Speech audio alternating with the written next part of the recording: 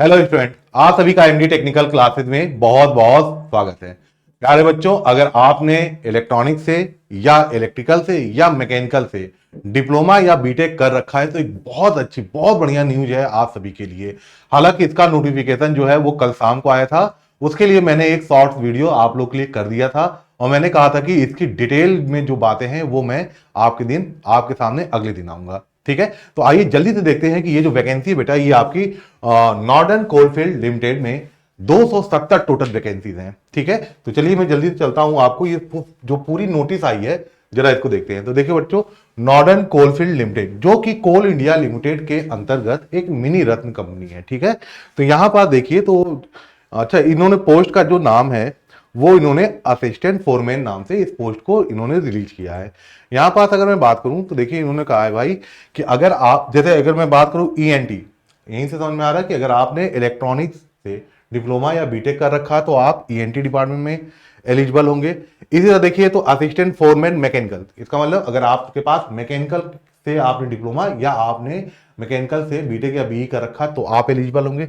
ठीक ऐसी ही बात किया जाए तो देखिए यहां पर लिखा है असिस्टेंट फोरमैन इलेक्ट्रिकल, मीन अगर आपने इलेक्ट्रिकल से डिप्लोमा या बीटेक कर रखा है तो आप यहाँ पर एलिजिबल हैं। अब यहाँ पर देखिए तो इन्होंने यहाँ पर 5 मार्च 2026 दिया है। ये क्या है भाई, तो यहाँ पर जो 5 मार्च 2026 है ना, ये आपका क्रूशियल डेट भी है इस वैकेंसी से रिलेटेड और साथ ही साथ ये फॉर्म भरने की लास्ट डेट है।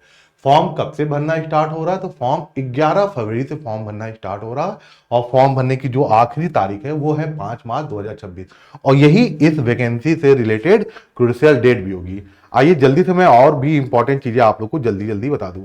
तो यहाँ पर देखो बच्चों कितने नंबर ऑफ वैकेंसीज हैं डिफरेंट डिफरेंट कैटेगरी में, डिफरेंट डिफरेंट ब्रांच में, वहां इन्होंने साफ साफ शो किया है। अगर बात करें हम इलेक्ट्रॉनिक्स डिपार्टमेंट में तो यहाँ पर देखिए टोटल जो वैकेंसीज है बेटा वो आपकी 14 है, 14 है। ठीक है, और अगर मैं बात करूं असिस्टेंट फोरमैन मैकेनिकल, ठीक है, यहां पर ध्यान दीजिए बहुत कंफ्यूजन होता है। यहां पर दो इसमें इनके ब्रांच हैं, एक है एक्सलेशन और दूसरा है इलेक्ट्रिकल एंड मैकेनिकल।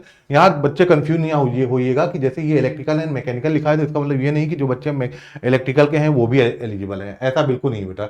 तो एक्सलेशन में और इलेक्ट्रिकल एंड मैकेनिकल में ये जो मैं आपको दिखा रहा हूं इसमें सिर्फ और सिर्फ मैकेनिकल के ब्रांच के बच्चे ही एलिजिबल होंगे। यहाँ पर देखिए जो टोटल नंबर ऑफ अगर मैं बात करूं वैकेंसीज की तो 87 और 21 को एडअप कर देंगे तो यहाँ आ जाएगा 108 वैकेंसीज है। ठीक ऐसे ही बच्चों यहाँ पर देखिए तो असिस्टेंट फोरमैन इलेक्ट्रिकल, जो बच्चे इलेक्ट्रिकल से डिप्लोमा या बीटेक कर रखे हैं उनके लिए भी इस पर्टिकुलर जो पोस्ट है इसमें दो ब्रांचेज हैं, एक्सलेशन की है और इलेक्ट्रिकल एंड मैकेनिकल की। यहां पास भी आप सिर्फ इसमें अब इलेक्ट्रिकल वाले एलिजिबल होंगे। टोटल जो बेटा यहाँ नंबर ऑफ वैकेंसी ध्यान दीजिएगा 74 तो टोटल ये मिला के हो गया 148, 148 वैकेंसी यहाँ पास इलेक्ट्रिकल के बच्चों के लिए है। तो मोटा मोटा ध्यान सुनिएगा, जिन बच्चों ने इलेक्ट्रिकल से डिप्लोमा या बीटेक कर रखा है 108 वैकेंसी 148 148 वैकेंसी उनके लिए है। जिन बच्चों ने मैकेनिकल से डिप्लोमा या बीटेक कर रखा है उनके लिए टोटल वैकेंसी 108 है और जिन बच्चों ने इलेक्ट्रॉनिक से डिप्लोमा या बीटेक कर रखा है उनके लिए टोटल 14 वैकेंसी हैं।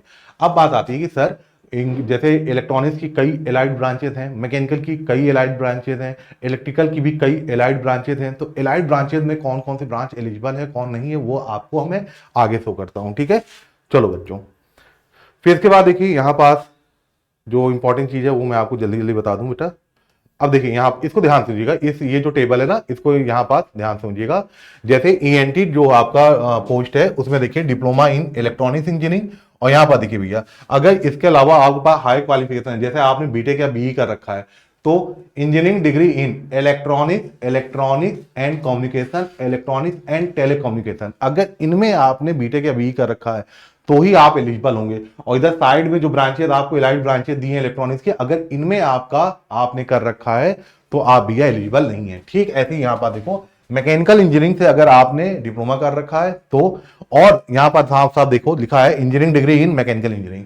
ठीक है, तो मैकेनिकल ब्रांच से अगर आपने बीटेक या बीई कर रखा तो एलिजिबल है। बाकी मैकेनिकल के जो एलाइड ब्रांचेस हैं यहाँ पास अगर इनसे आपने किया है तो नहीं एलिजिबल है। ऐसी बेटा हम बात करें इलेक्ट्रिकल की तो अगर आप इलेक्ट्रिकल में डिप्लोमा कर रखे हैं तो ठीक है, अदरवाइज अगर आपने बीटेक या बी कर रखा है तो आप इलेक्ट्रिकल इंजीनियरिंग या इलेक्ट्रिकल एंड इलेक्ट्रॉनिक्स इंजीनियरिंग यानी कि डबल ई या ट्रिपल ई से अगर आपने किया डिग्री तो आप एलिजिबल हैं। और इधर जो एलाइड ब्रांचेस हैं अगर इनसे किया तो आप एलिजिबल नहीं है। अगर मैं बात करूं सैलरी की तो यहां पर देखिए बहुत बढ़िया सैलरी यहाँ पर 47,330 रुपए है ना।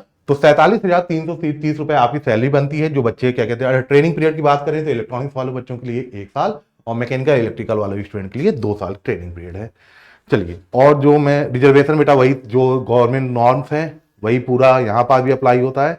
याद रखिएगा, ये एक परमानेंट नौकरी भैया सेंट्रल गवर्नमेंट की, ठीक है। चलिए देखिए, एज लिमिट भी यहाँ एज ठीक ठाक है।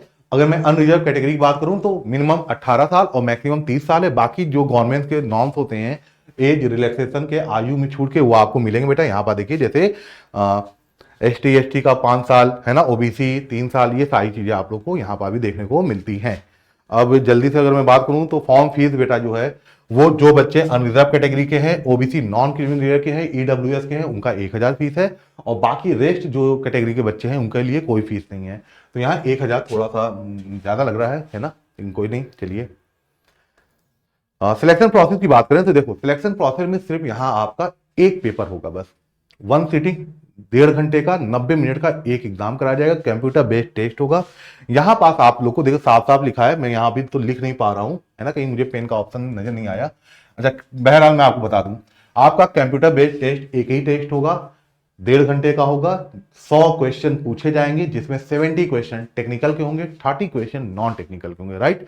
70 क्वेश्चन जिस ब्रांच से आपने डिप्लोमा या बीटेक कर रखा उससे क्वेश्चन पूछे जाएंगे, 30 क्वेश्चन आपके नॉन टेक्निकल से पूछे जाएंगे। तो ये बात आती है कि सर नॉन टेक्निकल का सिलेबस क्या होगा, तो यहां पर देखिए बेटा, नॉन टेक्निकल का इन्होंने सिलेबस बता दिया, जैसे general knowledge, general awareness, reasoning, verbal and mental ability and quantitative aptitude with 30 marks, यानी 30 नंबर की ये होगी। यानी कि यहाँ कोई इंग्लिश नहीं है, हिंदी नहीं है, ठीक है।